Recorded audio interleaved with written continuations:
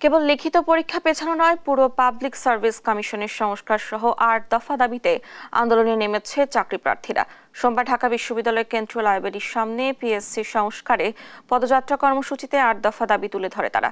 দাবিগুলো হলো ৪৬তম বিসিএস এর লিখিত পরীক্ষার প্রশ্ন নতুন করে করা এবং প্রশ্ন ফাঁস রোধে উপযুক্ত ব্যবস্থা গ্রহণ করা, প্রার্থীদের ভোগান্তি লাঘব, জট নিরসন এবং পদের অপচয় রোধে ৪৪তম বিসিএস এর ফল বা ভাইভা গ্রহণ শেষে ৪৬তম বিসিএস এর লিখিত পরীক্ষা নিতে হবে।